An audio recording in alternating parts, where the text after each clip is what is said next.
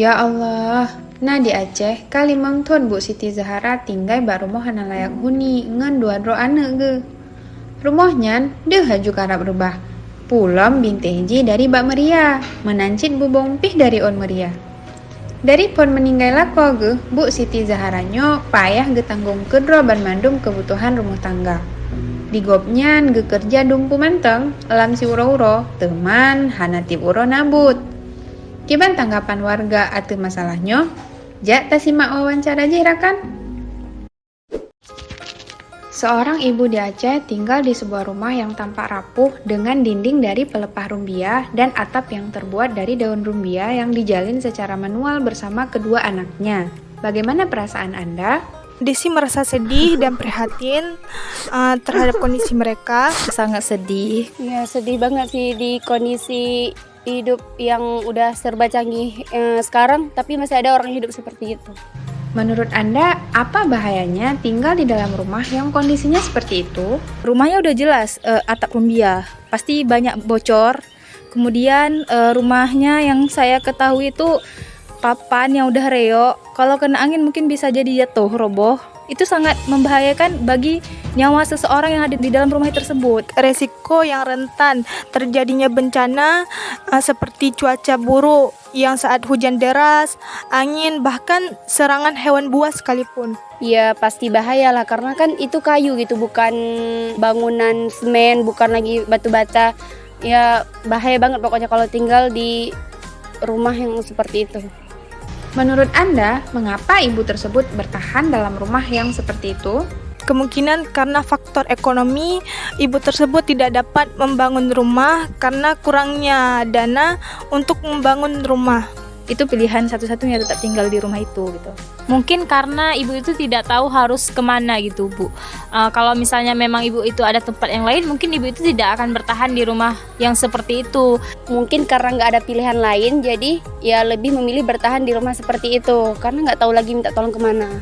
Menurut Anda, apakah kemiskinan yang dialami oleh seseorang murni karena kesalahan orang itu sendiri? Tentu saja tidak kesalahan sendiri. Itu pasti karena tidak ada lowongan pekerjaan, apalagi saat ini serba kebutuhannya mahal, ya kan? Ketika seseorang itu miskin, belum tentu itu 100% atau sepenuhnya kesalahan orang itu. Mungkin kita butuh yang namanya peran pemerintah di dalam memberantas kemiskinan. Kalau menurut saya nggak, bisa jadi dia udah punya keinginan untuk bekerja, tapi kondisi lapangan pekerjaan itu nggak ada. Jadi bukan dari dia sendiri. Apakah pemerintah harus bertanggung jawab atas permasalahan ini? Mengapa? Ya jelas, pemerintah memang harus bertanggung jawab karena seorang pemimpin itu adalah pembantu masyarakat, menjaga masyarakat agar hidupnya sejahtera. Tentu pemerintah itu kan seorang pemimpin. Yang namanya seorang pemimpin, apalagi di dalam Islam itu, yang namanya pemimpin adalah dia yang memang harus tahu tentang masyarakatnya. Ya pemerintah ya pasti banget ya harus turun tangan untuk membantu rakyatnya kesusahan, seperti yang slogan yang Indonesia punya gitu, dari rakyat, oleh rakyat, untuk rakyat. Tapi kenyataan di lapangan nggak seperti itu. Apa yang seharusnya dilakukan oleh pemerintah?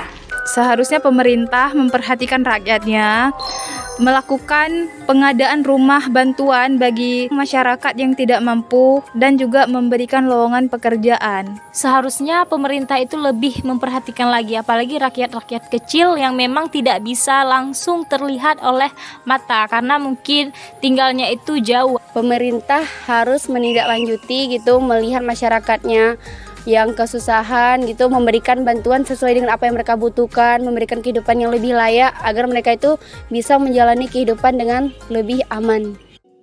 Cukup berat, deh wate takalan kondisi Bu Sitinyo. Kiban Islam peselusur masalahnya? Jak simak surah Ustazah kan? Betul like, komen, dan share ya. Belum.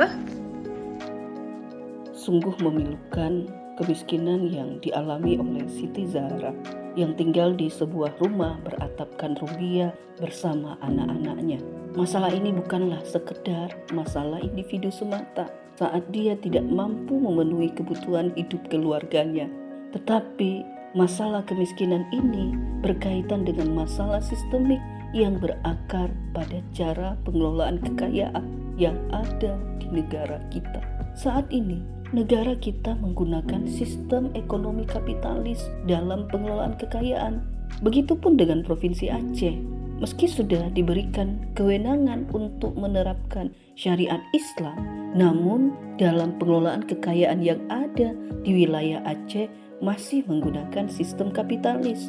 Tentu saja sistem kapitalis ini hanya menempatkan keuntungan untuk segelintir orang saja dibandingkan untuk kesejahteraan rakyat. Bahkan dengan cara pandang yang seperti ini, sistem kapitalis pada dasarnya mustahil dapat mengentaskan kemiskinan. Setidaknya ada 5 alasan utama mengapa sistem kapitalis tidak mampu menyolusi secara tuntas. Yang pertama, dalam sistem kapitalis, negara hanya berperan sebagai pembuat regulasi. Rakyat dianggap sebagai konsumen yang harus membeli layanan dasar seperti layanan pendidikan, kesehatan, dan kebutuhan lainnya.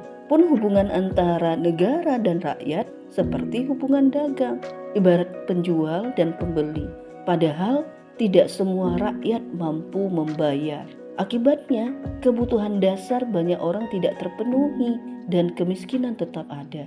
Kedua, kapitalis menciptakan korporatokrasi, yaitu pemerintahan yang dikuasai oleh pemilik modal. Para pemodal besar tentu memiliki pengaruh dominan dalam penentuan kebijakan, sehingga regulasi yang ada seringkali berpihak pada mereka.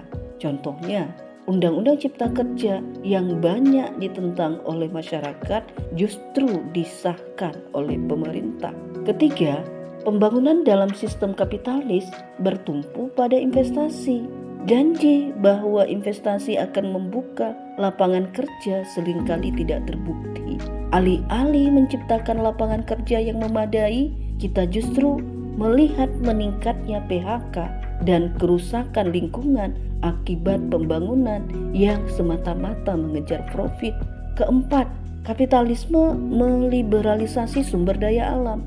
Kekayaan alam yang seharusnya menjadi milik rakyat dikelola oleh koperasi asing dan swasta. Hasilnya bagaimana?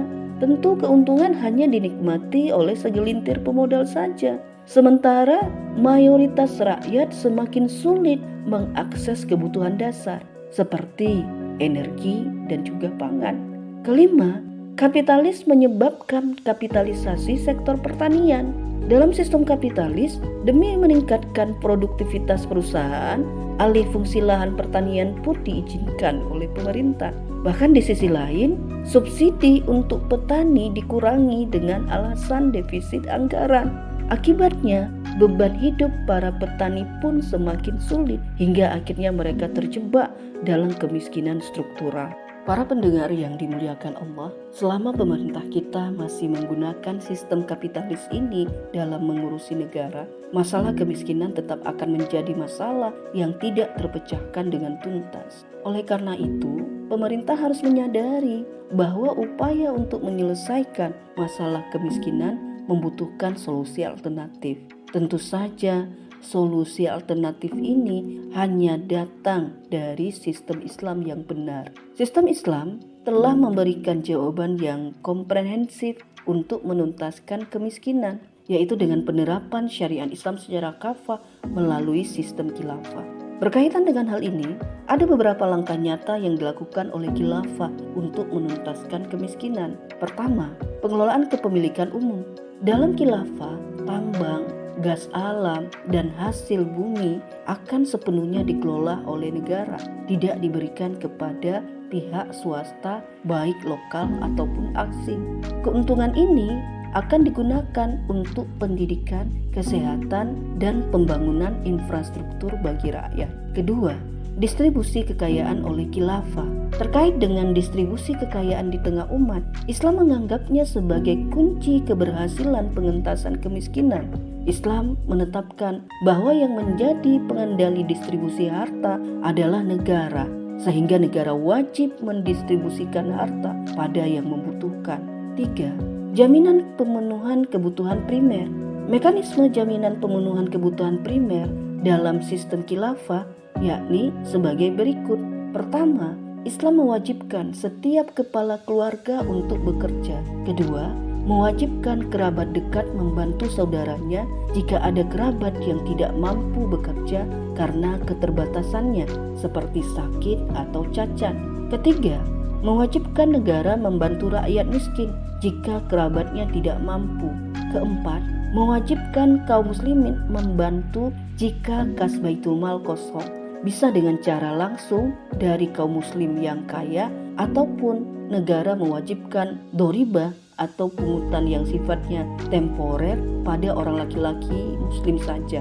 Rasulullah SAW bersabda, siapa saja yang menjadi penduduk suatu daerah, lalu di antara mereka terdapat seorang yang kelaparan, maka perlindungan Allah terlepas dari mereka. Hadis riwayat Ahmad. Keempat, sistem keuangan yang stabil. Baitul Mal memiliki mekanisme yang kuat agar pemasukan melimpah dan pengeluaran sesuai dengan prioritas. Bayangkan, jika sistem khilafah diterapkan di negara ini, khilafah akan menyelesaikan problem kemiskinan sebagai bentuk tanggung jawab hubungan antara penguasa dan rakyat. Penguasa ataupun pemerintah dalam sistem khilafah adalah sebagai pelayan yang melayani kebutuhan rakyatnya. Melalui hubungan seperti ini, penguasa bertanggung jawab untuk mensejahterakan rakyat. Oleh karena itu, dalam sistem khilafah tidak akan ada lagi cerita seperti Siti Zahra